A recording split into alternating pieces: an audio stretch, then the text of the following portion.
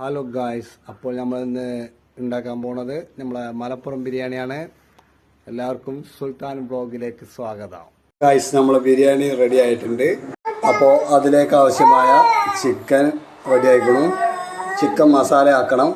Guys, നമ്മളെ chicken masala റെഡിയാക്കി വെച്ചിട്ടുണ്ട്. അതിലേക്ക് ആവശ്യമായ എന്തൊക്കെ വെച്ചാൽ ആവശ്യത്തിന് മഞ്ഞൾപ്പൊടി ഇടുക, കുറച്ച് മുളക് പൊടി, പിന്നെ കളർ പൊടി ആവശ്യമുള്ളവർ കളർ പൊടി ഇടുക, പിന്നെ ഇഞ്ചി വെളുത്തുള്ളി ചതച്ചത് അത് വേറെ ഇടുക, പിന്നെ ഉപ്പ്, നാരങ്ങ നീര് ഒരു കഷ്ണം ഒക്കെ ചേർത്ത് അല്പം വെള്ളം ചേർത്ത് മിക്സ് ചെയ്യുക. എന്നിട്ട് കുറച്ച് നേരം അങ്ങനെ വെക്കുക മസാല പിടിക്കാൻ വേണ്ടി. ആവശ്യത്തിന് കോൺഫ്ലവർ ഇടാൻ മറക്കരുത്. നമ്മൾ 1 കിലോ അരി കൊണ്ടാണ് ബിരിയാണി ഉണ്ടാക്കാൻ തീരുമാനിച്ചിരിക്കുന്നത്. അതിക്ക്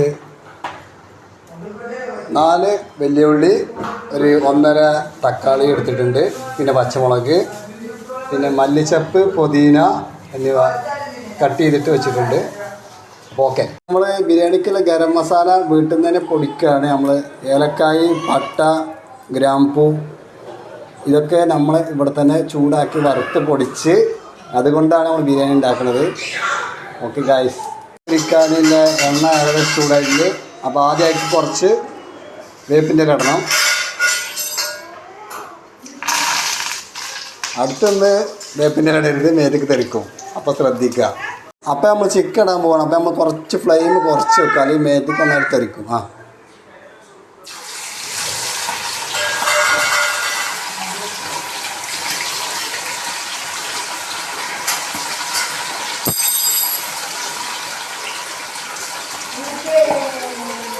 നമ്മൾ ചിക്കൻ പൊരിച്ചിട്ടാണ് ബിരിയാണി ഉണ്ടാക്കാൻ ആഗ്രഹിക്കുന്നത്. അപ്പോൾ ചില ആൾക്കാർക്ക് പൊരിക്കാതെ ഉണ്ടാക്കാം, ചില ആൾക്കാർക്ക് പൊരിച്ച് ഉണ്ടാക്കാം. ഏതാണ് ഇഷ്ടം അതുപോലെ ചെയ്യാം.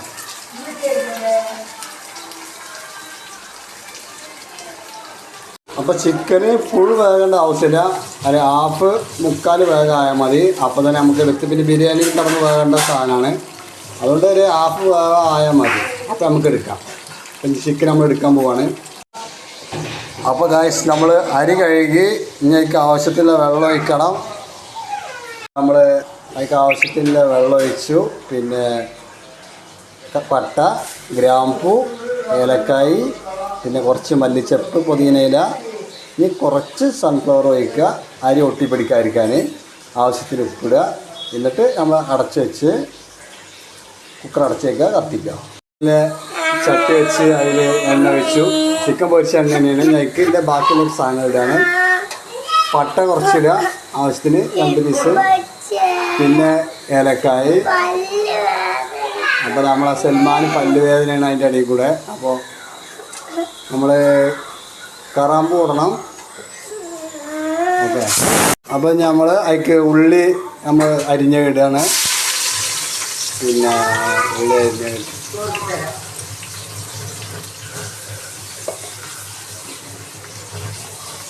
എന്നിട്ട് അത് നമ്മൾ നന്നായി ഇളക്കി കൊടുക്കുക, വാട്ടണം, ഉള്ളി വാട്ടണം.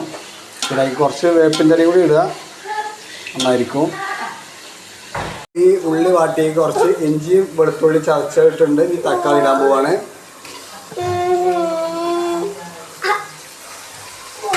അപ്പോൾ അതായി ഇനി നന്നായിട്ട് മിക്സ് ചെയ്യുക, ഇളക്കുക.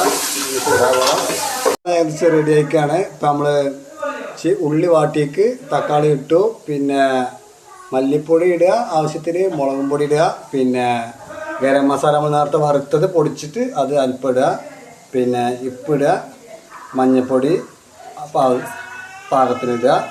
ഇതൊക്കെ തൈര് ഒഴിക്കണം. തൈര് ആവശ്യത്തിന് ഒഴിക്കുക. നമ്മൾ ഈ മസാലയ്ക്ക് തൈര് ഒഴിച്ച് നന്നായി മിക്സ് ചെയ്തു. ഇനി ഇതൊക്കെ ചിക്കൻ ഇടാൻ പോവാണ്. ചിക്കൻ ഇട്ട് നന്നായി ഇതാക്കണം.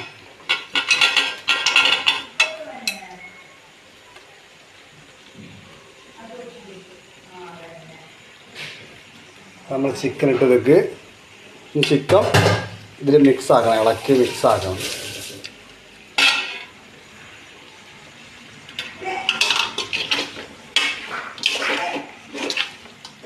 നമ്മൾ ചിക്കന് ഈ മസാലയിലിട്ട് മിക്സ് ആക്കണം.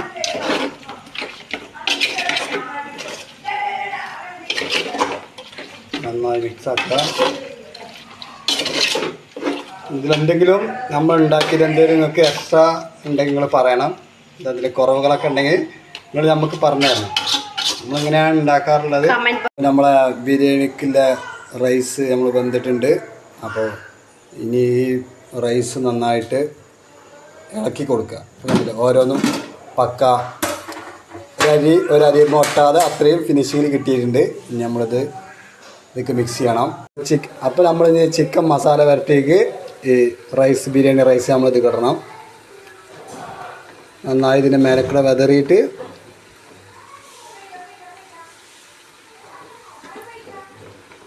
പിന്നെ ഇതിൻ്റെ പ്രത്യേകത ഉണ്ട്, അത് ഞാൻ ലാസ്റ്റ് പറയാം.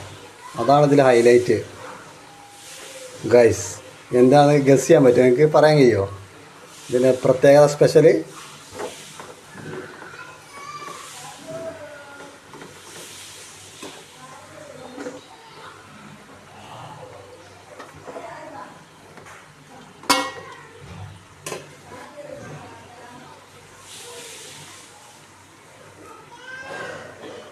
ബിരിയാണി റൈസ് ഇട്ടതിൻ്റെ മേലൊക്കെ ഒരു പകുതി ആകുമ്പോൾ നമ്മൾ ഗരം മസാലൻ്റെ പൊടി ഇതിന് മേലെ കുറച്ച് വിതറുക. പിന്നെ മല്ലിച്ചപ്പ് പുതിന ഉണ്ടെങ്കിൽ അതും കുറച്ച് ഇതിൻ്റെ മേലക്കൂടെ വിതറുക.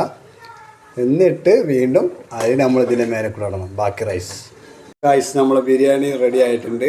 ഇനി ഇതിൻ്റെ മേലെ അടപ്പടച്ച് വെച്ച് കുറച്ച് കനൽ വെച്ചിട്ട് എന്തെങ്കിലും കനത്തിൽ വെച്ച് അടച്ചേക്കും ബാക്കി. അപ്പോൾ ഗായ്സ് നമ്മളെ ബിരിയാണി ദമ്മ് പൊട്ടിച്ചു.